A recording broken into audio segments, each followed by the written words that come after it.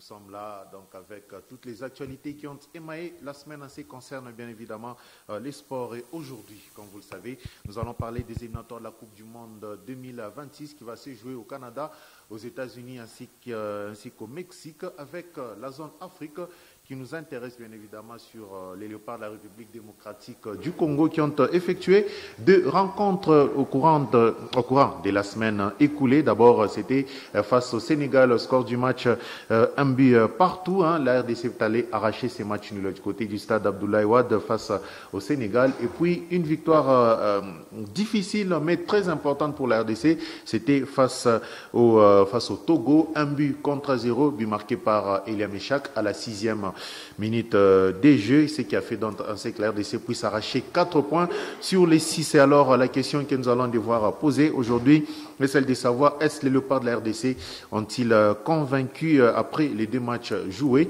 C'est ça donc la question que nous allons devoir poser ici. Et nous allons également parler de l'entraîneur adjoint des léopards de la République démocratique du Congo ainsi que des corbeaux du tout-puissant Mazembe Anglebert. Il s'agit là de Pamphile Miayo Kazembe, ancien international congolais, ancien capitaine du tout-puissant Mazembe Anglebert, ancien capitaine également des léopards A' de la République démocratique du Congo. Une carrière déjà satisfaisante ou encore insuffisante? C'est la question également que nous allons devoir poser. Et nous allons finir avec les cheminots du FC Saint-Éloi à Lupopo. La saison terminée, par recommencer pour la réussite de la nouvelle saison. C'est donc avec ces trois thématiques que nous allons devoir parler dans ces Carrefour des Sports. Encore une fois, merci à vous de nous rejoindre de partout à travers le monde. Ils sont déjà avec moi sur ces plateaux. Je commence par recevoir Jean-Claude Sefou, Empire. Bienvenue.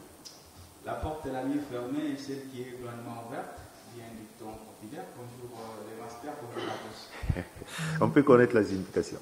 Bon, justement, vous savez, dans la vie, quand vous passez devant une maison, vous trouvez une porte ouverte, le mental vous dit qu'il y a quelqu'un, même s'il n'y a pas quelqu'un. Donc, un voleur peut passer.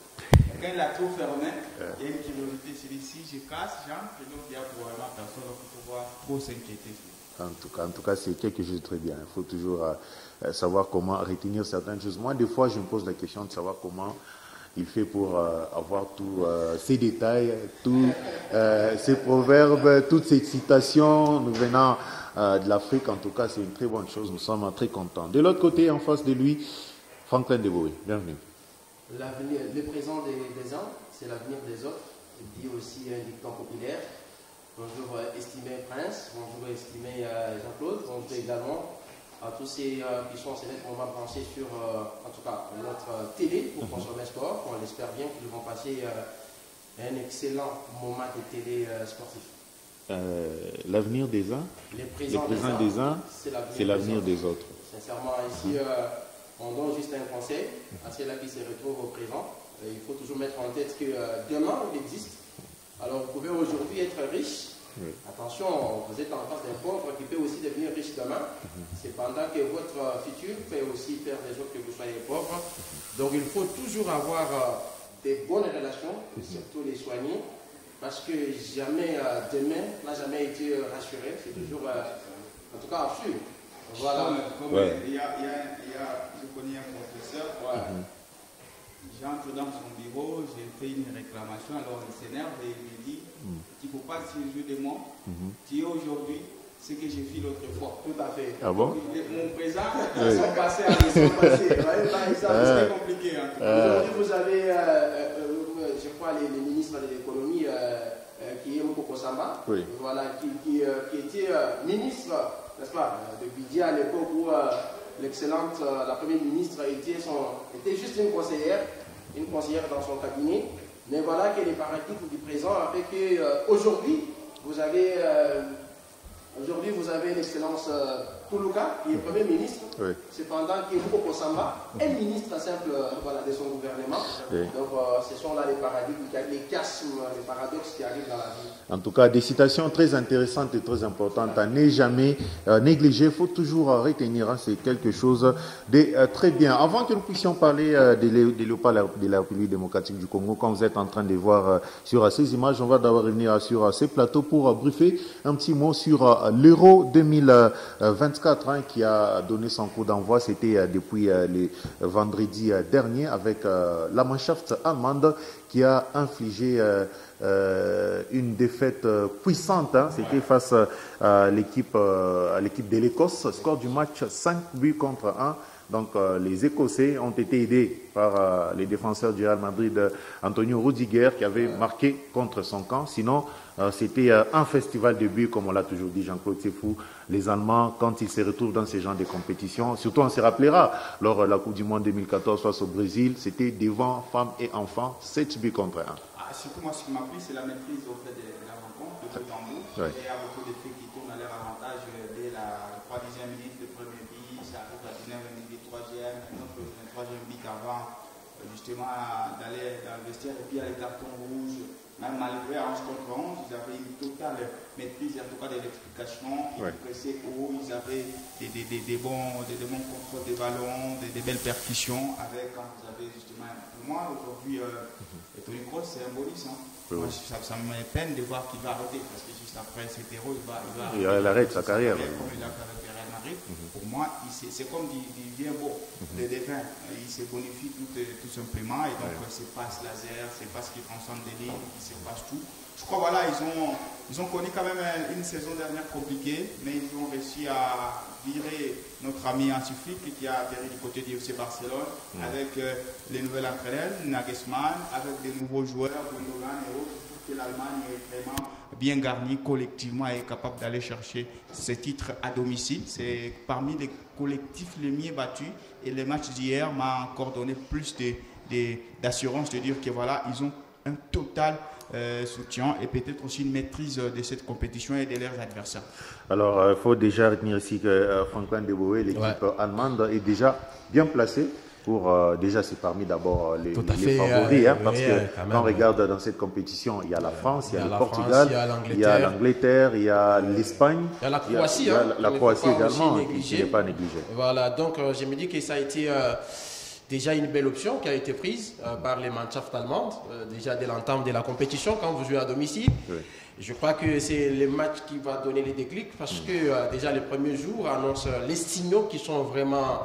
les signaux qui sont favorables par rapport à cette équipe, à cette sélection allemande. J'ai aimé la manière dont cette équipe s'est déployée. J'ai assisté à une rencontre d'ouverture de la compète qui était vraiment largement dominée par les Allemands. Il faut voir comment ils ont tourné en bourrique cette équipe-là, la sélection de l'Écosse. Vous sentez qu'ils avaient la bonne adresse, Jean-Claude vous a dit, dans la manière de dérouler, de développer les jeux, de bout en bout. Depuis l'entame du match jusqu'à la fin du match, ils sentaient qu'il y avait le monopole du ballon. Donc moi, je m'étais retrouvé face à cette équipe-là allemande que nous avons connue par le passé, parce que vous savez, c'est parmi des grandes nations. Ça vous joue la Coupe du Monde, ça vous joue des grandes compétitions. Et voilà. Et puis la chose qui est là, c'est que la grande majorité, c'est constituée par les équipes de Dortmund, comme vous le savez bien, qui ont joué, je crois, la finale. Il y a Dortmund, il y a les Bayern Munich, il y a l'équipe de Stuttgart.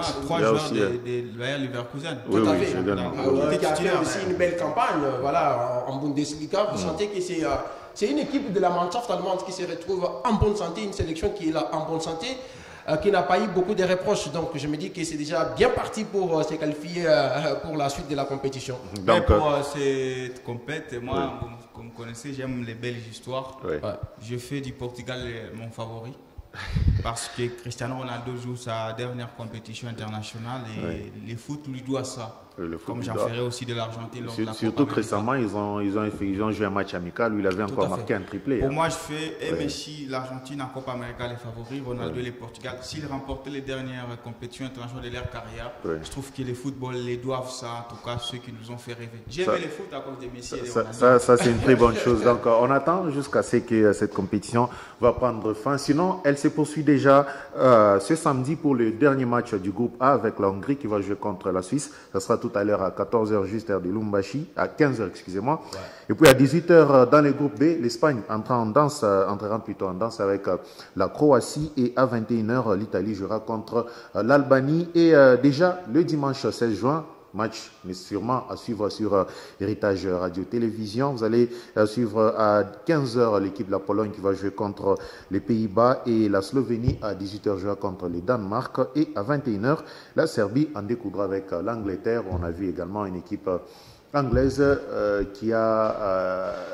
c'est vrai qu'il y a quand même vu certains joueurs sortir la tête de l'eau. Et aujourd'hui, on voit quand même Marcus Rashford qui fait partie des piliers de cette équipe anglaise. Ouais, justement, ils ont fait débarquer Grealish de Manchester City. Je crois que l'Angleterre, ça va faire, depuis le Mondial 2018, c'est parmi les nations qui ont des pépites et des cracks. Ouais.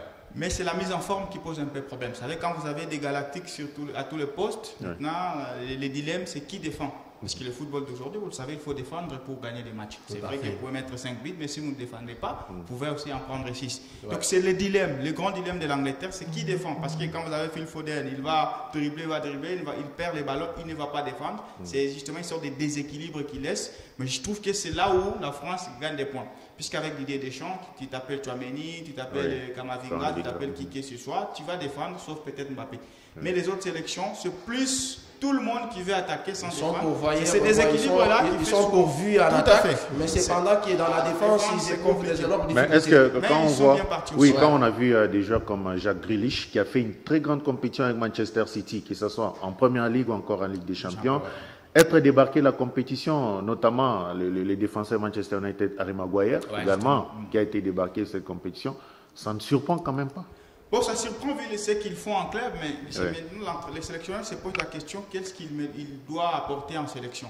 Est-ce que ces profils-là, je ne l'ai pas? Peut-être en mieux. Tu vois, il se pose ces questions. Tu as Saka qui te propose encore plus de percussions et un tout petit peu un minimum de défense. Donc je trouve que c'est ça. Quand on sélectionne, sûrement on fait un choix et on divise. On dit quelqu'un doit rester, quelqu'un d'autre doit payer les frais. J'ai dit l'Angleterre a la chance d'avoir beaucoup plus de meilleurs joueurs, en tout cas de la génération, sauf qu'on ne peut pas prendre tout le monde. On essaie d'en choisir. Et surtout, on doit miser sur les styles de jeu qu'on s'impose. Il faut voir les registres de développement de chaque joueur. Quand vous dites, voilà, j'en ai assez, qu'est-ce qu'il faudrait faire? On choisit celui qui peut s'adapter à votre schéma tactique. C'est ce qui arrive à beaucoup d'entraîneurs, en fait. Très bien. Alors, on va finalement entrer dans les vifs de cette émission. C'était juste une partie qui a été, une parenthèse qui a été ouverte là, en ce qui concerne bien évidemment l'Euro 2024 qui se joue du côté de l'Allemagne. On va commencer avec les Léopards de la République démocratique du Congo, comme je l'ai annoncé dès l'entame de cette émission, avec notamment les éliminatoires de la Coupe du Monde 2026 la Coupe du Monde qui va se jouer dans 3 pays, les États-Unis, le Canada ainsi que le Mexique. Et nous parlons de la République démocratique du Congo, Franklin Deboé. Est-ce que la RDC, après les 2 matchs que nous avions envie d'avoir face au Sénégal, un peu partout, et une victoire face au Togo, elle a été convaincante? Elle a été convaincante. Je crois que la question doit être répondue sur base de la récente prestation qui a fait aduler, n'est-ce pas, la sélection, parce que tous on garde en mémoire la récente prestation de la CAN, où tous on a vu qu'on avait une équipe qui était là, une équipe séduisante qui est allée jusqu'à rivaliser, faire tomber, imaginez-vous, l'Égypte n'était pas moindre, jusqu'à se retrouver en demi-finale. Personne ne pouvait s'imaginer. Mais voilà, après les prestations de la CAN, on revient pour cette fenêtre ici. Il y a des choses maintenant qui commencent un peu à nous poser, ou soit à se remettre en cause. En fait. Parce que quand vous regardez, vous dites, nous nous contentons des résultats finaux ou bien de la résultante, parce que les dernières rencontres se soldent au moins par 4 points qu'on a gagné, un nul au Sénégal et puis une victoire ici au Stade des Martyrs. Mais voilà, quelle est l'image qu'on avait de l'équipe nationale? On se disait l'équipe nationale était restée avec un seul point, lequel on avait un problème au niveau de notre attaque. Donc lors de la CAN, on se disait bien, on avait une très bonne défense, on avait un milieu de terrain qui était vraiment en place, mais il y avait un seul problème qui était en attaque. Mais voilà, lors des dernières prestations ici, vous constatez que voilà, il y a un problème encore qui s'ajoute, parce que hormis l'attaque, vous avez aussi le milieu de terrain qui commence à s'effriter. On pose mille et une questions parce qu'on le savait bien, les Dio, soit ces trios-là qui étaient là, vous avez notre expérimenté Gaël Kakuta, vous avez Moutoussamy et Piquel qui pouvaient constituer en tout cas votre milieu de terrain qui pouvait être compact. Mais cette fois-là, on s'est rendu compte que et Moutoussamy et Piquel et Gaël Kakuta n'ont pas affiché bonne figure. Ce qui fait que notre milieu de terrain était vraiment quasi inexistant. Dans tous les dématchs. C'est là qu'on nous a bouffé les duels par l'équipe, la sélection sénégalaise. C'est là qu'on nous a bouffé les duels par cette équipe togolaise. Est-ce que Desabre a prouvé et nous prouve à suffisance que c'est l'homme de la situation? Difficile à répondre non, parce qu'au finish, nous avons des résultats. Est-ce lui les problèmes ou bien nos joueurs que nous avons jusqu'à maintenant là qui sont des problèmes? Moi, j'ai dit, je vais répondre pour dire il n'y a jamais eu de mauvaises troupes, il n'y a que les mauvais chefs, parce que c'est lui qui est le patron du staff technique. Comment fait-il que le problème qui a été déjà résolu par lui-même, d'avoir un bon milieu de terrain, ces problèmes-là reviennent encore. Aujourd'hui, nous restons seulement avec une seule assurance. C'est que la RDC est là avec une bonne défense. Au risque encore de voir lors de la prochaine, je ne prédis pas les malheurs, je ne conjure pas pour la sélection. On va se retrouver, ce qui veut même mettre encore la force là, devient encore une faiblesse. Cela veut dire vous avez une faible défense, vous avez un faible milieu de terrain, vous avez une faible attaque et au finish, c'est lui à qui on a donné encore les 5 ans de bonus. Voilà, nous allons les remettre sur le plateau pour les critiquer. Alors Jean-Claude Sefou, une équipe de la RDC, c'est vrai que c'est une équipe qui a quand même apporté 4 points, mais sur les terrains, dans les jeux, selon vous, comment avez-vous jugé leur façon de jouer? Moi j'ai comme l'impression que les Congolais sont malheureusement des éternels insatisfaits. 4 sur 6, avec un match à l'extérieur au Sénégal, on est insatisfait de ces points, de ces prestations-là. Face au Sénégal. Et puis on fait référence à la CAN. Je rappelle qu'à la dernière CAN, la RDC a été l'équipe qui a eu les moins de victoires. Oui. C'est une seule victoire face à la Guinée. C'est une équipe qui s'est qualifiée avec... c'est une équipe qui s'est qualifiée avec 3 points. 3 points. On avait les acquis face à la Tanzanie, face à la Zambie. Et face au Maroc. Ça veut dire que les 0 buts partout un but partout face à l'Égypte, c'est pas une victoire sur le terrain, c'était sur tir au but. On avait les acquis, cher Jean-Claude. Donc la RDC à la CAN, là, il faut que les gens mettent ça en tête. On n'avait qu'une seule victoire face à la Guinée. Face à la Guinée, 3-1. Maintenant, on vient d'une CAN où on a eu des belles prestations. Moi, je ne sais pas si je peux aimer les matchs face à la Zambie. Je ne sais pas si je peux aujourd'hui aimer les matchs face à la Tanzanie. Jamais de la vie. Même celui face à l'Afrique du Sud, on perd. Cher Jean-Claude, on parle d'un bilan comptable. Quand vous jouez les demi-finales d'une grande compétition comme ça, on ne dit pas que si, on ne dit pas qu'on a fait des moches prestations. Déception, il devait y avoir, c'est depuis la CAN, dans le jeu. Parce qu'en termes de résultats, des sabres, les mêmes débats, quand on vient de la CAN, on a fait les mêmes débats. Et quand on a établi sur les acquis, on se disait qu'on avait une bonne défense, on avait un milieu. Vous me dites qu'il y avait un bon milieu. Oui. D'accord. Oui. Pourquoi la ligne d'attaque n'avait pas carburé lors de la CAN? C'est parce que les médiateurs non, on a reproché plus beaucoup les animateurs qui étaient dans mais c'est ça, aujourd'hui tu me dis on a un milieu qui n'est pas fort. Les milieux n'étaient pas forts depuis la CAN. Défensivement, oui, défensivement, Piqué les Moutoussa, mais abattre un travail considérable. Offensivement, c'est du néant, c'est depuis la CAN. Ça veut dire aujourd'hui, Desabre n'a pas encore trouvé cet animateur. Voilà pourquoi les gens lui reprochent de laisser Balikwisha, de laisser Diangana. Ce sont des gamins, certes, mais qui ont encore cette virtuosité, cette puissance-là de pouvoir aider. Ils n'ont pas la technique de Kakuta. On a dit la même chose, Jean-Claude. Ils n'ont pas la technique de Kakuta, mais ils ont la puissance que Kakuta n'a pas. Je trouve que ça pourrait être la solution pour les prochaines fenêtres. Tout à fait. Maintenant, moi, je suis largement satisfait. 4 points sur 6, satisfait. Dans le jeu, c'est les éliminatoires. Je pense aujourd'hui, je peux contredire Mbappé qui pense que le football il est en Europe, le football compliqué. Mais les éliminatoires en Afrique sont les plus complexes. Vous imaginez, vous êtes Mohamed Salah, vous allez jouer dans un champ de patates au Guinée-Bissau. C'est très compliqué. Et donc moi aujourd'hui, tu joues qui Marouf Tchaké, il joue en Tanzanie. Lui, il a cette volonté il te connaît en fait, il te suit, tu es Kakuta et tu es en face de Marouf Tchaké. Tchaké, il te suit. Toi, tu ne le suis pas, tu le découvres. Il suffit juste d'un petit geste pour que tout le stade s'enflamme pour lui. Donc, je trouve aujourd'hui que c'est très compliqué de jouer dans ces décalages-là. Quand tu es RDC avec tes binationaux, tu joues les Togo avec un peu des joueurs moins calibrés. Vous allez vous rendre donc, compte le fait déjà de gagner, ouais. c'est très positif pour les sabres. Et je trouve qu'il est en train de faire un travail considérable. Bon, comparativement à vous, Franklin, Jean-Claude pense que des sabres fait un très bon travail. Non, mais je ne sais pas, parce qu'il a dit ce que moi j'étais en train de dire. Parce que si vous vous rendez compte que vous allez jouer contre Marouf Tchaké, lui qui est déjà habitué des terrains qui sont par exemple des champs de patates. Comme la pelouse ici de Marseille. Je suis d'accord avec vous. Ça, c'est une pelouse mais du 19e siècle. Qu'est-ce que vous faites? Vous faites du mélange alors.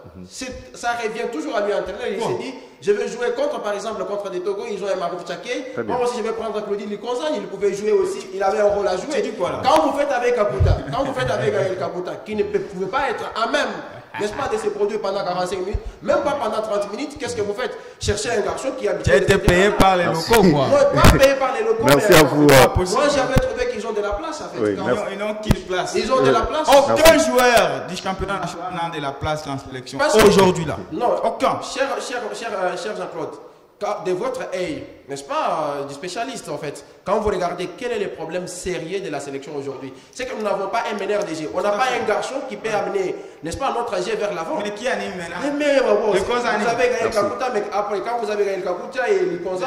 Merci à vous, Franklin. Donc, toi, tu prends Likonza qui anime devant un club du Congo, tu penses qu'il va les faire face au Sénégal? Mais il aura la maîtrise du terrain. C'est pas possible. Donc, ça sera donc un dossier à suivre. Sinon, ici, on revient pour vous donner très rapidement les classements du groupe B qui intéresse la République démocratique du Congo. Je rappelle que le Soudan occupe la première position avec 10 points, suivi du Sénégal, 8 points. L'équipe de la RDC, notre pays, occupe la 3e position avec 7 points. Le Togo est 4e avec 3 points. L'équipe du Soudan du Sud occupe la 5e position avec 2 points. Et la Mauritanie est première avec un petit point. Rendez-vous en mars avec 2 matchs importants contre le Soudan du Sud à domicile et la Mauritanie à l'extérieur. Pour rappel, seuls les premiers de chaque groupe se qualifieront directement pour les mondiales. Par ailleurs, les 4 meilleurs deuxièmes seront sélectionnés parmi les 9 pour les play-offs interafricains et les vainqueurs de ces derniers se qualifiera plutôt ensuite pour les barrages intercontinentaux. C'est donc ça les détails que vous devrez donc retenir. Il faut savoir si la RDC elle va finir à première de son groupe, va directement se qualifier pour cette Coupe du Monde 2026. Voilà, on va changer des chapitres pour parler cette fois-ci de Pamphile Miayo Kazembe, entraîneur adjoint du tout-puissant Mazembe Anglebert. Il est derrière le Sénégalais Lamine Ndiaye. Il est également entraîneur adjoint, deuxième entraîneur adjoint de Sébastien Desabre en équipe nationale de la RDC, Franklin Deboué. Vous pensez ici que c'est une carrière déjà satisfaisante ou encore insuffisante pour Pamphile Miayo? Je vais répondre avec gravité, puis rendez-vous compte que je serai droit dans les bottes. La carrière de Pamphile Miayo jusqu'à maintenant là, au vu de tout ce qu'il a fait dans sa carrière en tant que joueur, entraîneur, et aujourd'hui s'est retrouvé entraîneur adjoint, que ce soit dans son club TP Mazembe, que ce soit en sélection. Je vous dis, en tout cas, du fond de mon cœur, il a trahi son parcours. Je vous dis sincèrement, il a trahi son parcours. Parce que vous ne pouvez pas prendre l'équipe de TP Mazembe qui est comme ça. Vous ne pouvez pas prendre l'équipe de TP Mazembe et voilà, vous coachez cette équipe-là et après, vous avez des trophées au passage, la Ligue Foot, vous avez la Coupe de la Confédération et aujourd'hui, vous évoluez sous les ailes des autres. En tout cas, je crois que Pamphile Miayo a trahi sa carrière. Pour moi, je me dis, mieux vaut même être aujourd'hui le coach des Célestes principal, qui va jouer la Coupe du Congo, qui va jouer la finale, que être entraîneur. Mais est-ce que vous ne pensez pas que c'est parce qu'il est trop attaché à son président Moïse Katumbi et qu'il a une histoire avec le club, d'abord en tant que joueur et puis en tant qu'entraîneur? Malheureusement, si telle est sa conception, moi je me dis, je suis désolé. Je suis désolé parce qu'au vu de tout ce qu'il a déjà fait, vous vous imaginez dans ces pays ici, vous prenez l'équipe de tout puissant Mazembe Anglebert. Vous avez cette équipe là-bas, vous coachez l'équipe jusqu'à avoir des trophées. Et vous acceptez d'évoluer, n'est-ce pas, sous les ailes parce que vous avez les accointances, vous êtes attachés à ces clubs-là par des liens, ou parce que le président et votre papa. Mais je vous dis, mais quelle sera la finalité? C'est une déception, c'est une désolation pour moi parce que quand vous regardez Pamphile Miayo, à un certain moment, moi je m'étais dit quand même, il commence à être l'ambassadeur, n'est-ce pas, des entraîneurs de sa génération. Je pense ici à Guy Lusadichou, je pense ici à Papi Kimoto. Papi Kimoto, je pense ici à Daoula Lupemba également, avec Simba.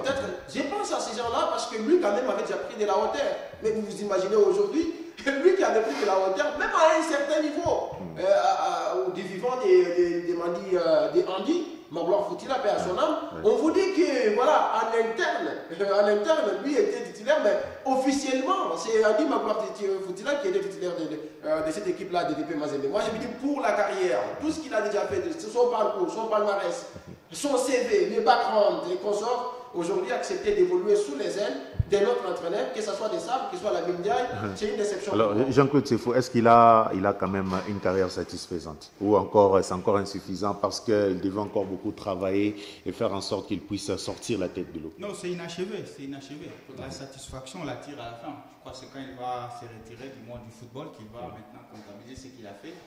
Maintenant, nous regrettons, c'est les potentiels qu'il a. Puisqu'après juste ses débuts sur le banc, il était adjoint et puis quand il prend les rênes du TP Mazembe, ce sont des titres qui arrivent. Il finit la saison en 2016 et puis il la remporte lui-même aussi en CD4 en 2017 avec un parcours sans défaite, des nuls et des victoires, on s'en souvient.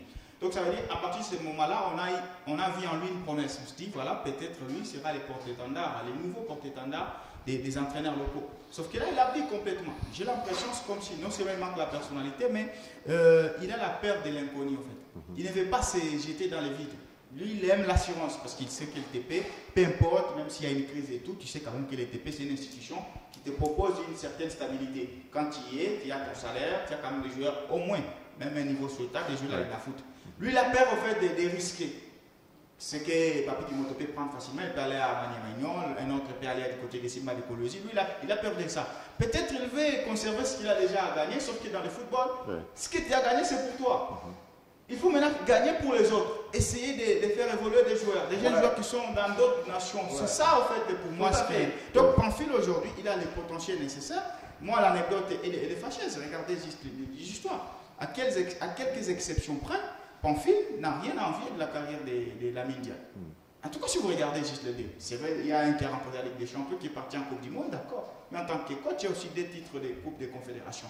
C'est vrai qu'il peut te dépasser en termes d'expérience, mais en termes d'éthique, il y a aussi quelque chose à dire. Des sabres en question, des sabres aujourd'hui.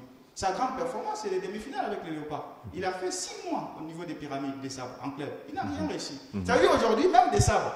Pamphile a une bonne carrière que des sabres. Sinon, on regarde, carrière de coach. Mais il s'est satisfait d'être 3e adjoint. Je ne sais pas si c'est financièrement qu'il est stable, mais je trouve que sportivement, il est en train de... Et d'ailleurs, d'ailleurs, en parlant du finance, si aujourd'hui, Pamphile veut quitter les TP, où il reçoit beaucoup d'argent, ou encore veut quitter la sélection RD congolaise, où il reçoit également beaucoup d'argent, vous le voyez partir où? Parce que aujourd'hui, on prépare l'après-carrière, que ce soit un joueur ou un entraîneur, vous le voyez partir où dans une équipe qui peut lui payer mieux que ce qu'il reçoit au TP? Non, mais on ne fait pas la troïka ici. Ou bien nous ne sommes pas ici dans une chambre de coffine, ou bien on parle des finances. Non, nous on fait une émission sportive. Nous, les finances nous importent peu. Nous, on a affaire avec la carrière qui est sportive. Qu'est-ce que les gars a fait par le passé? Et ce qu'il a fait par le passé, quel est le statut que cela lui revendique? Voilà, parce que moi je préfère. Vous savez qu'aujourd'hui là, Pamphile Miayo, titulaire, n'est-ce pas? Coach titulaire avec Chikas, n'est-ce pas, de Wujiman, et grand que Pamphile, entraîneur adjoint avec Mazembe.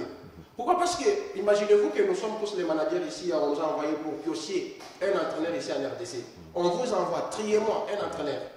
Je crois que vous ne pouvez pas aller prendre des projecteurs, vous les braquer sur Pamphile Miayo. Non, mais qu'est-ce qu'il a? On va poser la question, quelles sont ses performances, n'est-ce pas, par rapport à la saison ici? On n'allait pas me dire qu'il était adjoint, il a joué avec la Mindiaï, et puis il a joué avec les Sables. Mais il a quand même aussi un apport dans tout ce qui est dans toutes les décisions de la mine. Les gens ont critiqué, parce que je l'avais dit par le passé, qu'aujourd'hui, quand vous mettez Pamphile Miayo, vous mettez Papi Kimoto, Pamphile Miayo la ferme.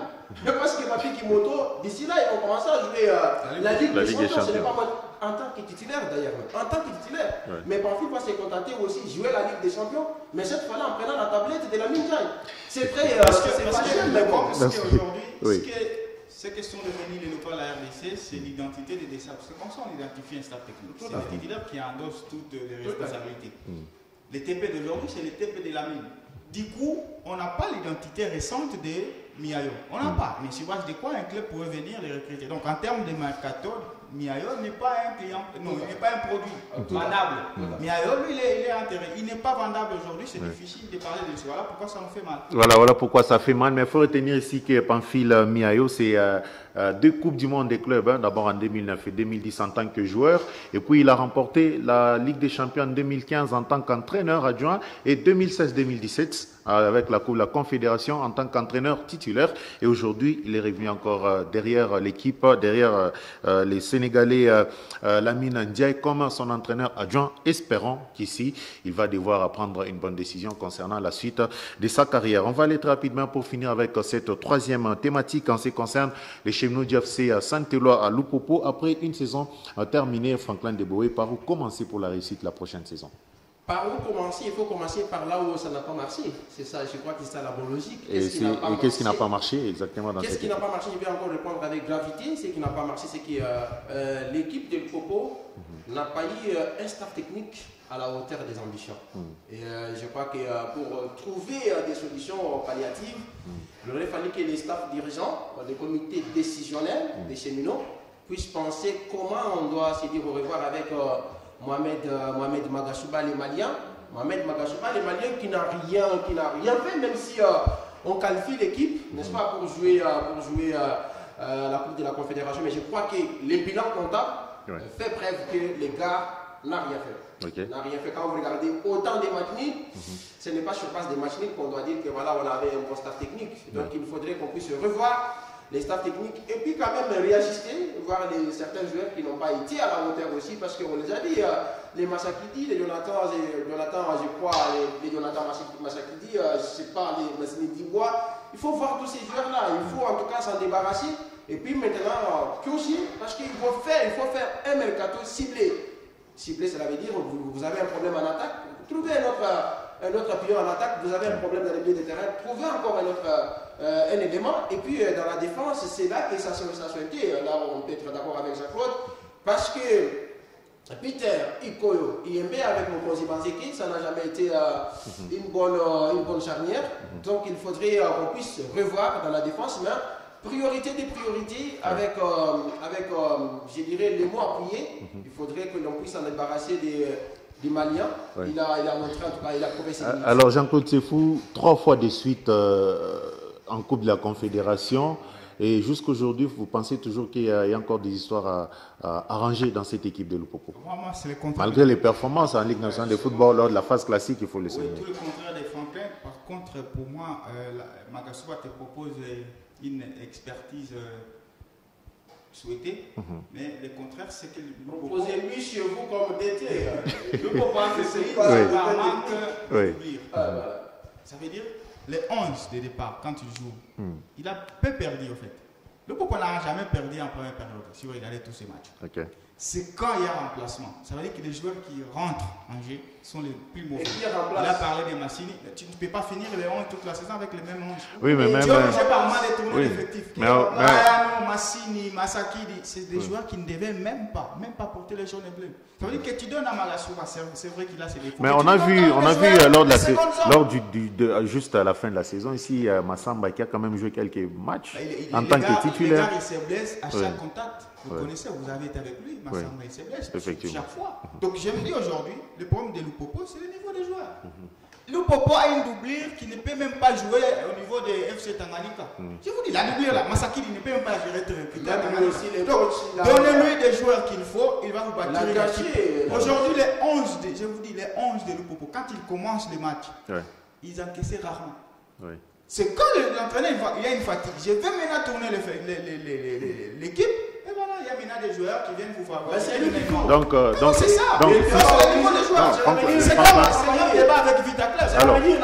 Alors, c'est non. Un prix d'épicerie, tu veux faire quoi? Non, écoutez, on a toujours dit la première mi-temps c'est pour les joueurs, la deuxième elle est pour. Oui, maintenant qu'il faudrait maintenant jouer votre rôle en tant qu'entraîneur, c'est la question. Dis-moi juste quelqu'un, un seul remplaçant qui a même les 30% du potentiel de Mika Michi. C'est lui qui ça veut dire que quand tu remplaces Mika, tu quittes des 100, tu as 20%. C'est ça le problème. Non, Franklin, excusez. Laissez Magashouba, il vous a fait Laurent. Oui, alors si je comprends bien aujourd'hui, le problème, ce n'est pas l'entraîneur, le problème, c'est les bancs. C'est les bancs de touche.